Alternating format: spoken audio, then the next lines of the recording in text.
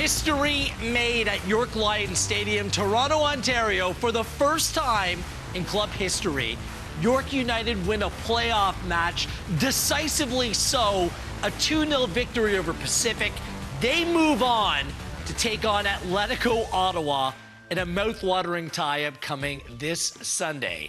The Canadian Premier League playoffs are up and running. The march towards the North Star Cup is very much underway, and then there were four. Gareth Wheeler, Jordan Wilson with you, breaking down this York United 2-0 win over Pacific FC. And here are the highlights. The first half, a low-event game, to say the least.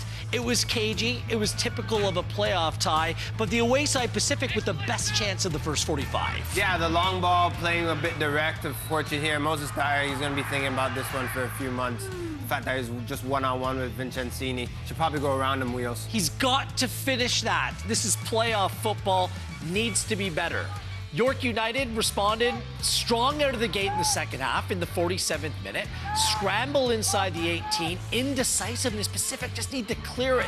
Instead, comes out to Cordova, resets, plays to the far post. Osvaldo Leon scored against York United. His first CPL goal just 2 weeks ago. Give him number 2, and that's a big one right there for the big center back. Yeah, just scores against Pacific. Those are the team that he scored against this season. But York United, for me, second half were a bit more lively. Service into the box was better. This man right there, Cordova, though, as well, just literally almost shatters the goalpost there. He had the assist as well, but the way that he went forward in the second half, the way that he drove, really galvanized this group. A big call for Benjamin Mora, playing him ahead of Max Ferrari at right back. Pacific, they huffed and they puffed. It just didn't come off. A lot of the chances just like that for Sean Young came from distance. No clear-cut opportunities. No, they didn't have it, and then they had to inevitably press. And then Mobile Bully here, just that quick release, right? Does that prep touch, goes by Sean Melvin. That is the icing on the cake.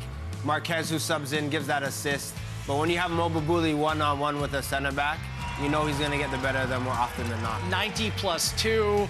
Mo Babuli, Mo partying for York United, a 2-0 victory. They're moving on in the Canadian Premier League playoffs. A little bit of revenge as well. Remember in the 4-5 game last season with York United traveling cross-country to play in Langford, British Columbia. They fell to Pacific that day 1-0 on a night where York United probably thought they were the better side. Yeah. There's no doubt about it here tonight. York, although they limped their way into the playoffs, the better side in this one tonight. I don't think there's any debate about that. Yeah, no, not at all. They were the better side, but I think they kicked it into gear at the right time. First half, you can give, and we said it at halftime, you can give a little bit of slack for the fact that it was cagey. There was no clear identity of how they want to go forward, but they picked it up second half. And I think that goal by Leon as well just settled everyone on the pitch. And this is a big historic night for York. This is that moment that they needed to really push the club forward. I got to ask you, as a former York United player, you know, through your professionalism, there needs to be a part of you that's really proud about what's being accomplished here. New ownership group with York, new manager, a lot of new faces as well, but there's a lot of people that put a lot of time in at that club, and they finally get their rewards here in year number 6. Yeah, I'm seeing fans that I know, fans that I've celebrated with, but also did this type of clap. Thanks for coming out, but we didn't make playoffs or we lost first round. This is that step that they needed, right? When you look at a team that this year everyone could say that York had some talented players, they had some good moments. There are things that you liked, a new manager coming in, new ownership. There are moments to get behind, but to crash out in the 4-5 game would feel like they underachieved. Now that they've gone past this, they had that hiccup. Now they've gone to another realm with everything to play for on Sunday. You could get behind this team and be like, this is a successful season. So this is huge. As a form, as much as I want to be objective, inside, I know this is a big moment, and I know that the fans and players alike, they should really relish it. Well put. A little bit of a new identity, hopefully a brighter future for York United as well. Part of this transition came with the ownership, came with bringing Benjamin Mora to the club. The 45-year-old manager has done a great job bringing York United to this point where they're still very much alive in the Canadian Premier League playoffs. He joins Christian Jack pitchside. With the winning coach, Benjamin Mora, after a historic day for your club, what are your overall emotions just after final whistle? Oh, well, very happy for the boys. Very happy for the achievement today for York United, for all the club, the owners, the Pascal brothers, Jorge Villalpando, sporting director.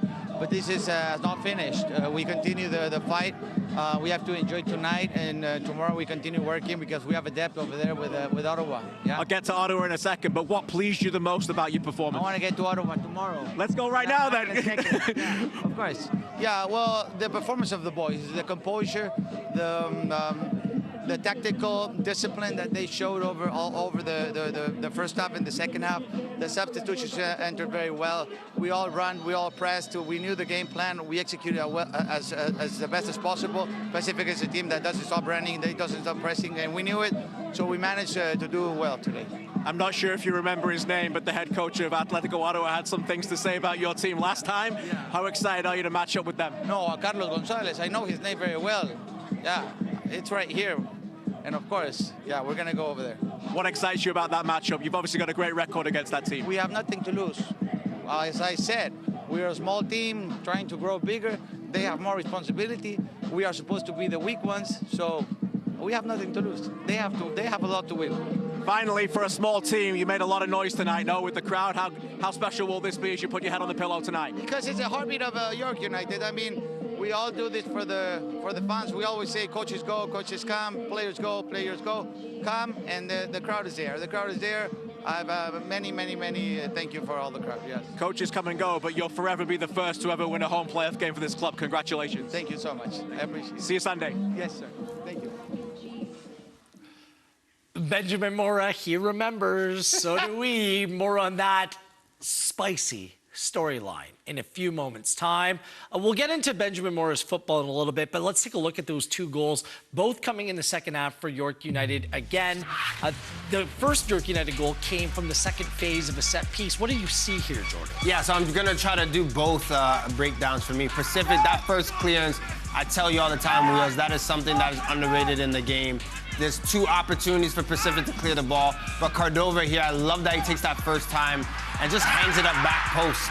And if you look at Dada Luke's body position every time, this is playoffs now. This is stuff you're gonna think about. He never sees Leon. The fact that he can jump up early and get a hold on him, you know you've defended Wheels, you watch the game, you have to hit someone's hips, you have to grab them. You can't let players that are bigger than you get a clean jump 6 yards from the goal. You almost have to have your body a little bit opened up. And right? give him a little shove. When you're square. For sure. It was even before that, though, and I want to take a moment here, because you saw both Dyer and Greco-Taylor pull out at potential challenges. They just don't want to give up a penalty in that moment. But as a defender, you just need to get your ball, you need to get goal side, you need to get the ball, your body, I should say, around the ball in between the opponent and the ball. Yeah. And they failed to do that in that moment. It's not one of those moments where you advocate going in rashly or out of control, but you need to be able to control the situation. And you saw the reaction from Dyer afterwards. He knows that they had to do better. Yeah, and that's one of those situations too. I don't know what their training's like, but when you practice that in training, you try to replicate those situations, you don't really take it as serious as it needs to be. But when it comes to playoffs, and those are the margins, set pieces, clearances, making sure that you clear your lines and step, that's the difference between going on and playing on a Sunday or losing in your season. But before we look at the second goal, I got to ask you, and obviously the cross was great, Leon's header was great. Could have Sean Melvin done better? I think so. He so. almost dove back into his net. And that was one of the big calls, starting Melvin ahead of Gazdov. It's something to look at, right? I know James Merriman has a lot on his plate, but that's one thing that speaks to me. I have no keepers. You need them to step up in big moments. But if Gazdov, for me, I love how reactionary. He's really good on his line. Maybe that's when he's tipping to the side. Yeah, I kind of agree with you on that one. Look, late in the game, Thomas Meyer-Jaguar was almost playing like a de facto striker. Pacific were pushing everything forward, and they're just cut out in the back in the 90+2. Yeah, and it's very fortunate for Marquez just to get that little touch. But like I said, 1v1, the quick release right here from Mobile Bully does it as well. It's at that spot too where Sean Melvin, he has to stay on his feet, but because it's struck quickly and firmly and it's on the ground, he's not getting down in time to save it. It's a really good finish from Mobile. I still think it's very cool that the son of Rafa Marquez, the legend, is playing in the Canadian Premier League. Assisting Mobile. Yeah, assisting a guy that's become a little bit of a Canadian footballing legend in his own right. And Mobile, class finish. We weren't sure how healthy he would be. good enough to tonight. play the full 90 Yeah. and score the goal that put it on ice. So we already heard from Benjamin Mora. Let's hear from the manager on the losing side of the equation. It's James Merriman standing by with Christian Jack. With Pacific FC boss James Merriman. James, your season ends tonight. What's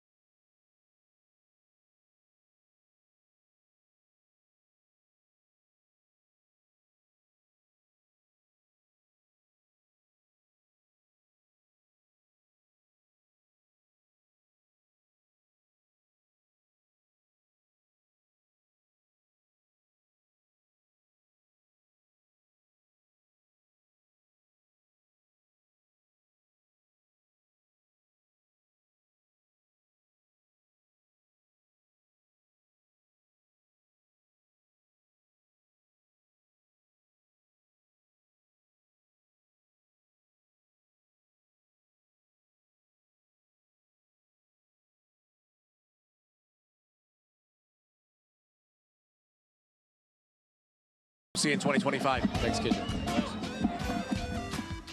We'll get into those comments from James Merriman next. Nobody thought that they would be there. I mean, the profile of Pacific year in, year out, they're supposed to be a contender. 27 goals in 29 games, including playoffs.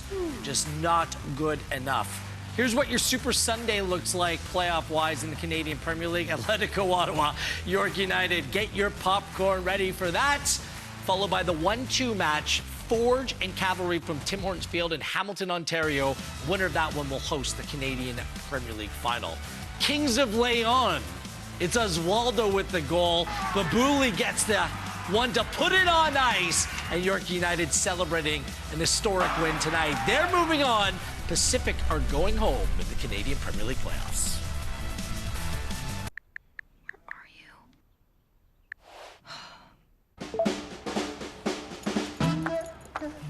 I wanna run back to you. All I wanna do is run back to you and make my dreams come true. The only thing I ever do is run right back to you. When the stakes are high, only the TELUS 5G network delivers.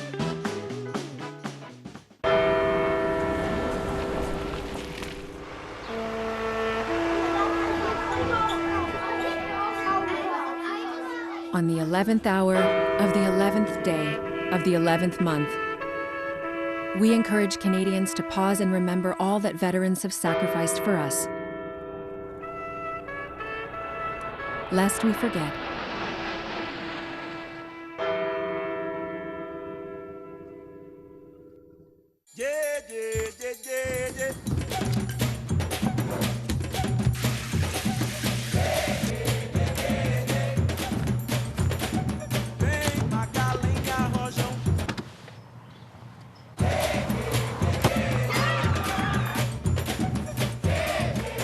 This one is for you.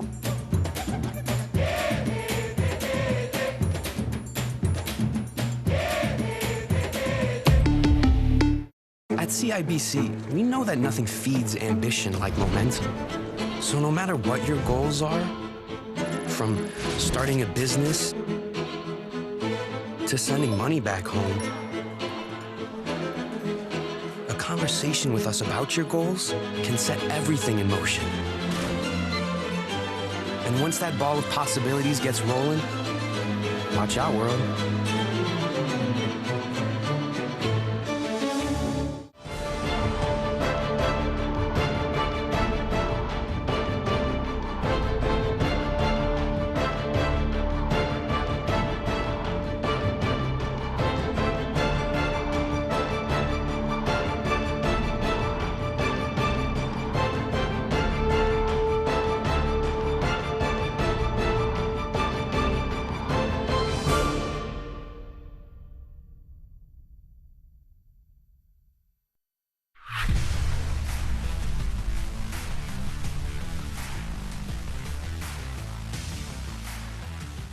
Welcome back to Match Night. Gareth Wheeler, Jordan Wilson, Christian Jack standing by and joining us from York Lions Stadium, a place where York United continue on their playoff path. They beat Pacific 2-0, was the final, the first playoff win in club history.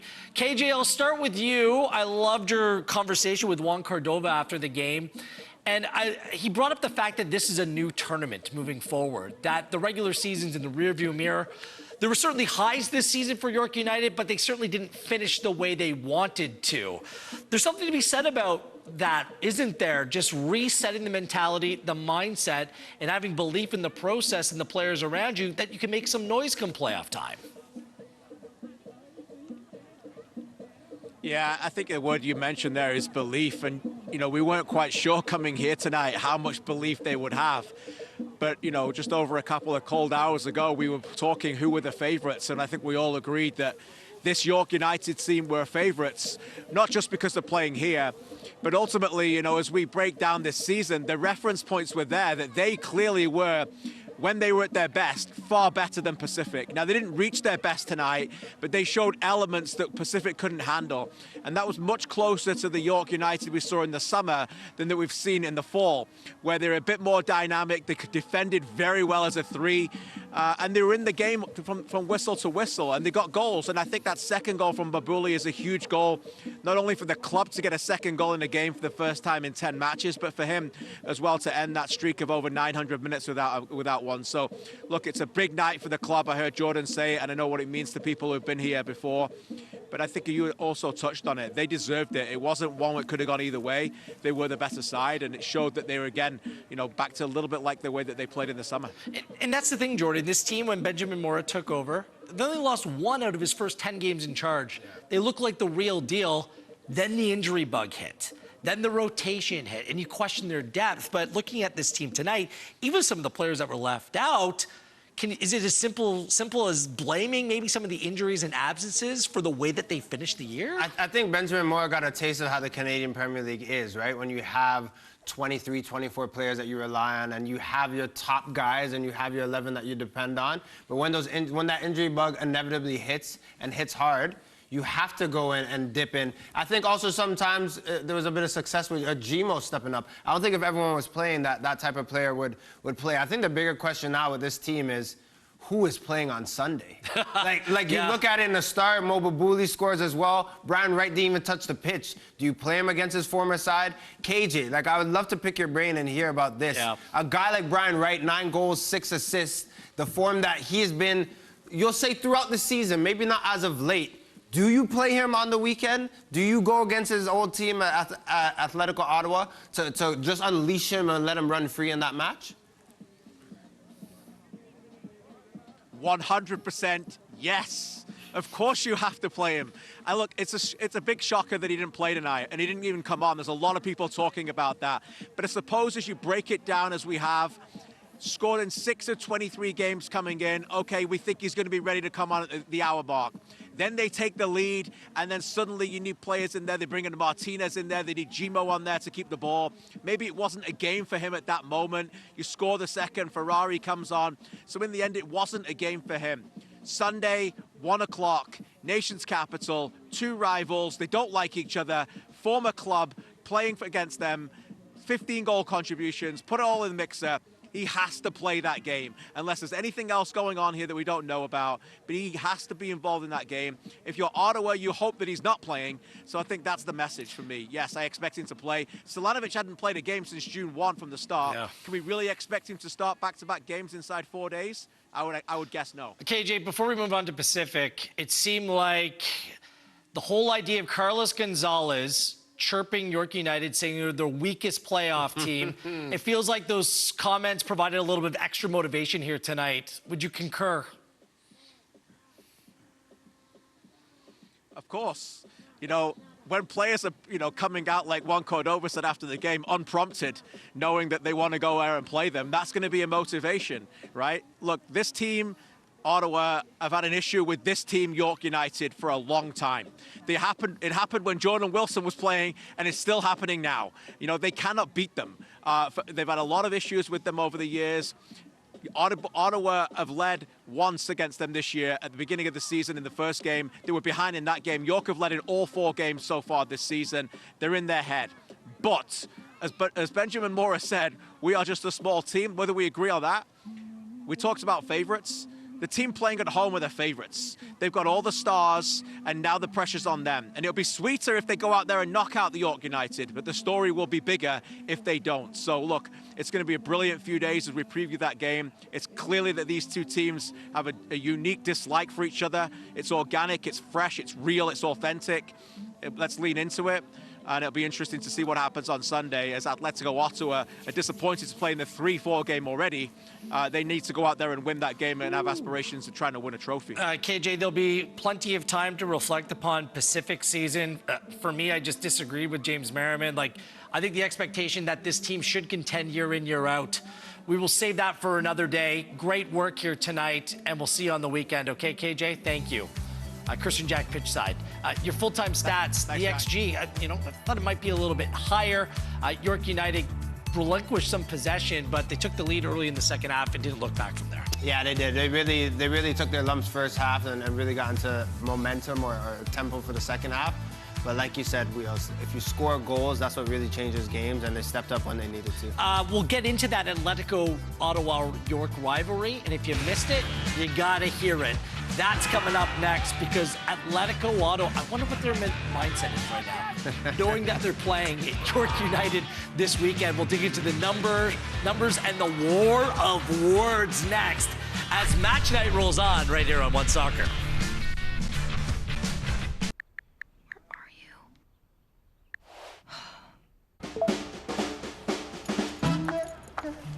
I wanna run back to you. All I wanna do is run back to you and make my dreams come true. The only thing I ever do is run right back to you.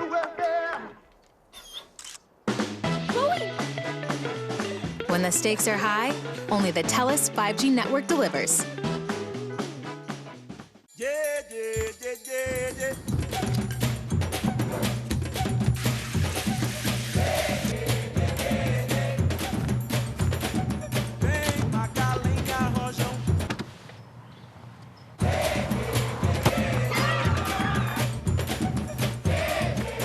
This one is for you.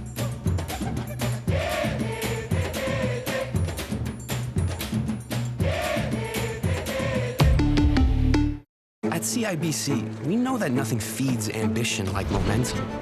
So no matter what your goals are, from starting a business to sending money back home,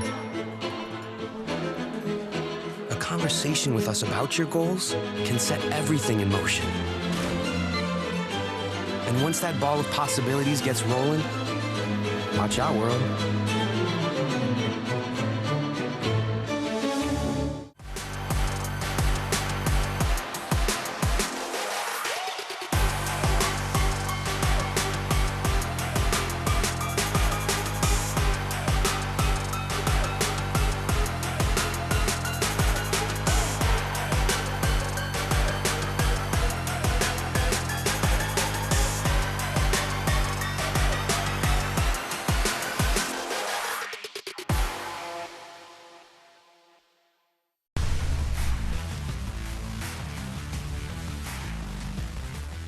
Not at all. No, not at all. Not at all. I think that York is probably the weakest team on the playoffs. Probably. They are the weakest team. They don't have so many tools, and the way and the proposal of their football make them be a team that in normal circumstances we have to win them. Who? Oh, that's the name. I didn't know his name, yeah.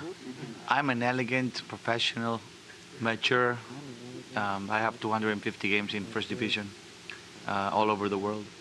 I'm not going to get into this conversation with, what's the name, Carlos, because I don't know his view about the situation. He has all the right to say about our team. I think 7-2 is the 3 games we beat them this season. 7-2 is the score, the global score. So imagine if we were not weak. Imagine if we were not weak. But my father taught me that the opinions of others don't determine who we are and what we are. He has his opinion, and well, it's fine. I don't have an opinion. I really don't have an opinion of him or Ottawa. Ottawa is a great team, you know. They have great players. They have great players.